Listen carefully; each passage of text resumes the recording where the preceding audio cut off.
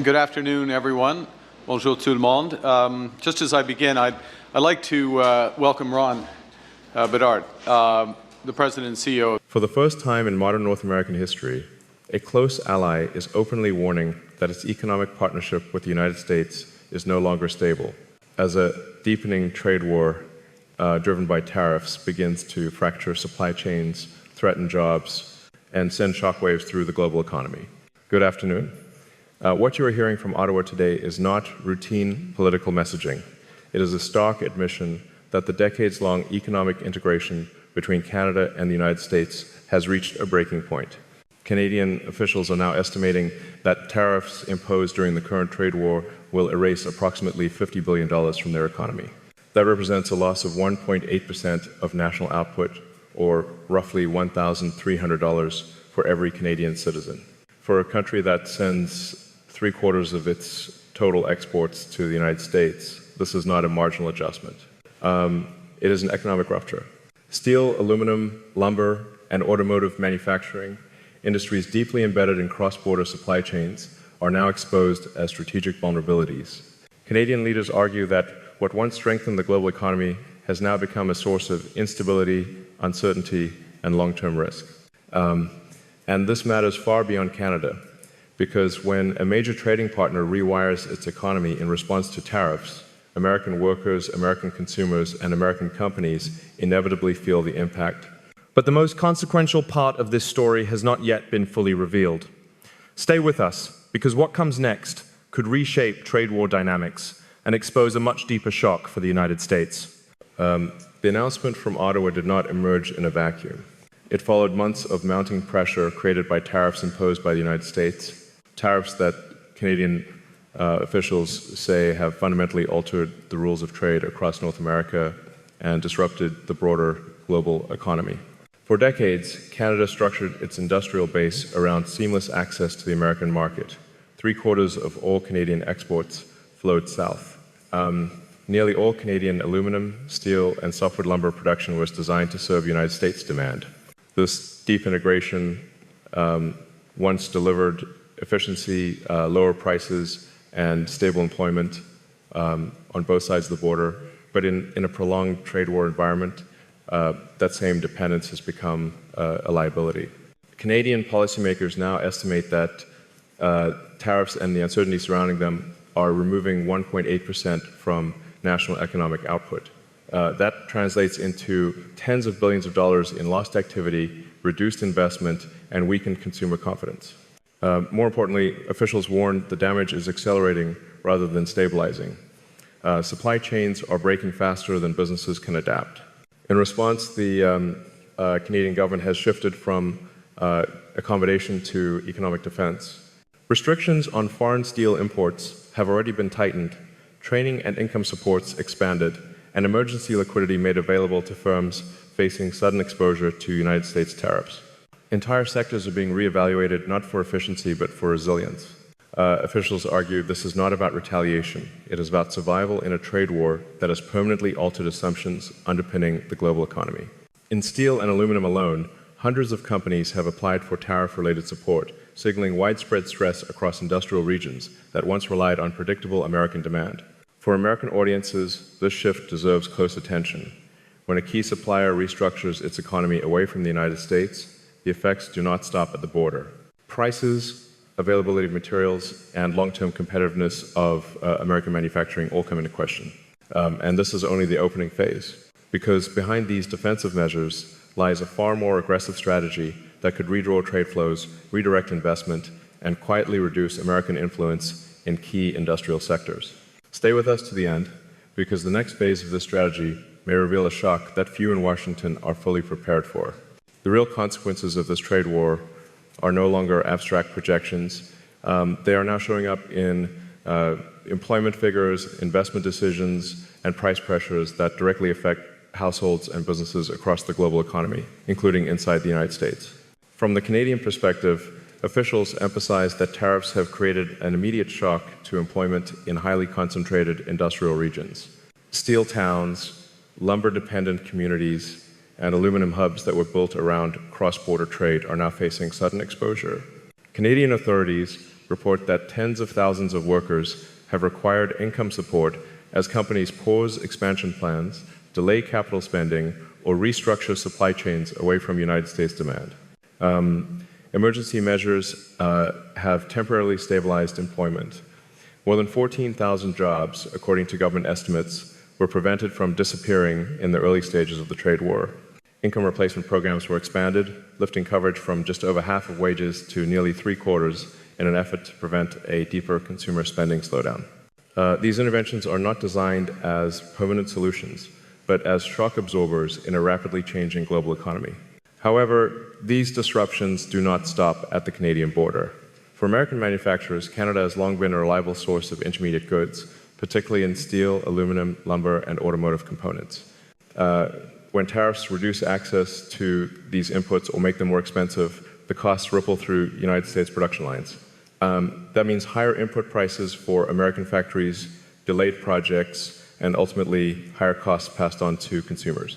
Housing and infrastructure provide a clear example. Canadian softwood lumber has historically supplied a large share of the United States construction market.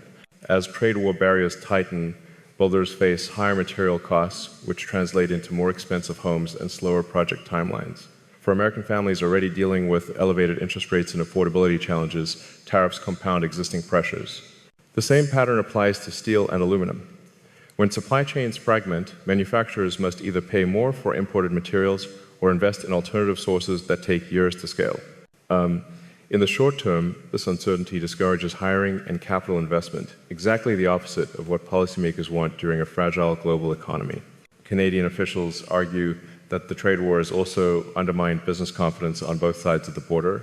Companies that once planned 5 or 10 years ahead are now making decisions quarter by quarter, unsure whether tariffs will intensify, ease, or shift unpredictably. That hesitation suppresses productivity growth, innovation, and wage gains, not only in Canada, but across North America. At the macro level, this uncertainty is weighing on the global economy. When two deeply integrated economies begin pulling apart, trade flows slow, investment reallocates inefficiently, and growth potential declines. Analysts warn that prolonged tariff regimes rarely produce clear winners. Instead, they redistribute costs across workers, consumers, and taxpayers, often in ways that are difficult to reverse. For American viewers, the key takeaway is this: trade wars are not confined to balance sheets or diplomatic statements. They translate into tangible effects on prices at the store, job stability in manufacturing regions, and the long-term competitiveness of United States industry. Yet this economic and social impact is only part of the story. Because behind the short-term pain lies a strategic recalculation that could permanently alter where investment flows, which countries dominate key supply chains, and how much influence Washington retains in shaping trade rules. Stay with us until the end, because the next section reveals how this shift may quietly weaken the United States' position in the global economy in ways that are far more difficult to undo. From Washington's point of view, the current trade war was intended to strengthen domestic industry, rebalance trade relationships, and reassert leverage through tariffs. But the reaction now unfolding in Canada suggests that the long-term effects on the United States and the global economy may be far more complex and potentially far more costly than initially anticipated. Canada's strategy signals a fundamental shift. Rather than waiting for tariff relief, Ottawa is actively redesigning its industrial policy to reduce reliance on the United States market altogether. That includes limiting foreign steel imports, prioritizing domestic suppliers, and redirecting trade and investment relationships toward the Middle East, Africa, and Asia. For American policymakers, this represents a quiet but meaningful erosion of influence over a closest trading partner. Historically, economic integration gave the United States substantial soft power. Supply chains that ran north to south meant shared standards, aligned regulations, and mutual dependence. In a prolonged trade war, that interdependence is being replaced with redundancy and diversification. Once those alternative markets and logistics networks are established, they are unlikely to disappear even if tariffs are later reduced. For American exporters, the risk is asymmetric. Canada sends a much larger share of its goods to the United States than the United States sends north. That imbalance once favored Washington, but it also means that Canada has stronger incentives to make painful adjustments quickly, while American firms may underestimate how permanent those changes could become. Lost market share, once replaced, is notoriously difficult to recover. Internationally, other economies are watching closely. The global economy is increasingly shaped by how mid-sized powers respond to trade war pressure from larger players. Canada's response sends a signal that diversification, industrial policy, and strategic self-reliance are now viable alternatives to accommodation. For countries negotiating with the United States, this may reduce the perceived costs of pushing back against tariffs. There are also consequences for alliances. Trade friction between close partners complicates cooperation on security, climate policy, and global standards. When tariffs dominate the relationship, trust erodes. That makes coordinated responses to external shocks, from supply disruptions to geopolitical crises, harder to achieve. Over time, the cumulative effect weakens the collective economic position of allied economies. For American consumers and workers, the implications are indirect but significant. Reduced access to competitively priced Canadian inputs can raise costs across manufacturing, construction, and energy sectors. At the same time, public funds used to offset tariff impacts represent resources diverted from other priorities, including infrastructure, research, and workforce development. From a strategic perspective, the central question is whether tariffs are delivering durable advantages or accelerating fragmentation within the global economy. Evidence so far suggests the latter. Investment is being duplicated rather than optimized, trade flows are becoming less efficient, and uncertainty is suppressing long-term growth. This does not mean the United States lacks options, but it does mean the window to shape outcomes is narrowing as partners lock in new strategies. Once supply chains, trade agreements, and investment commitments shift, reversing course becomes politically and economically costly. And this brings us to the most consequential issue of all, because behind Canada's defensive measures lies a much larger long-term plan that could redirect hundreds of billions of dollars in investment away from traditional North American patterns. Stay with us to the very end, because the next part reveals how this strategy could permanently alter the balance of power in the global economy and leave Washington facing a choice it may no longer control. What makes this moment especially significant is that Canada's response to the trade war is not limited to short-term relief or defensive tariffs. It is being framed as a long-term economic reset, one designed to reposition the country within the global economy while reducing structural dependence on the United States. At the center of this strategy is scale. Canadian officials are openly committing to unleashing nearly $1 trillion in total investment over the next 5 years. According to government estimates, this would raise national output by more than 3.5%, more than offsetting the losses attributed to tariffs. If achieved, it would represent one of the most ambitious industrial investment programs in modern Canadian history. From an American perspective, this raises difficult questions. Large-scale public and private investment can permanently alter comparative advantages. If Canadian steel, lumber, and manufacturing become more self-sufficient and globally diversified, the United States may find that its closest neighbor is no longer as economically anchored to American demand as it once was. In trade war terms, that shifts leverage. The strategy also carries risk for Canada. Massive investment programs require sustained political consensus, disciplined execution, and stable financing conditions. Redirecting supply chains away from established United States markets is costly and complex. New export destinations may not initially offer the same scale, reliability, or margins. In the short term, productivity could suffer even as resilience improves. Yet, Canadian policymakers appear willing to accept those trade-offs. Their argument is that dependence on a single market exposed the economy to shocks that tariffs made unavoidable. In their view, resilience now outweighs maximum efficiency. This logic is increasingly common across the global economy, where governments are prioritizing strategic industries over pure market optimization. For the United States, the opportunity cost is less visible but no less real. When partners invest heavily in domestic capacity and alternative alliances, American firms may lose preferential access, influence over standards, and first-mover advantages. Over time, this could affect everything from infrastructure projects to energy development and advanced manufacturing. There is also a geopolitical dimension. Canada is actively expanding trade and investment relationships beyond North America, including deeper engagement with the Middle East, Africa, and Asia. These moves are not explicitly anti-American, but they reflect a recalibration of priorities. In a fragmented global economy shaped by trade war pressures, diversification becomes a form of insurance. For American workers and consumers, the long-term effects will depend on how policy evolves. If tariffs remain in place while partners adapt, the United States may face higher costs with diminishing strategic returns. If tariffs are rolled back after supply chains have already shifted, Washington could discover that leverage has already been lost. This is the paradox at the heart of modern trade wars. Measures intended to strengthen domestic positions can, over time, encourage others to become more independent. Once that independence is achieved, influence is difficult to reclaim.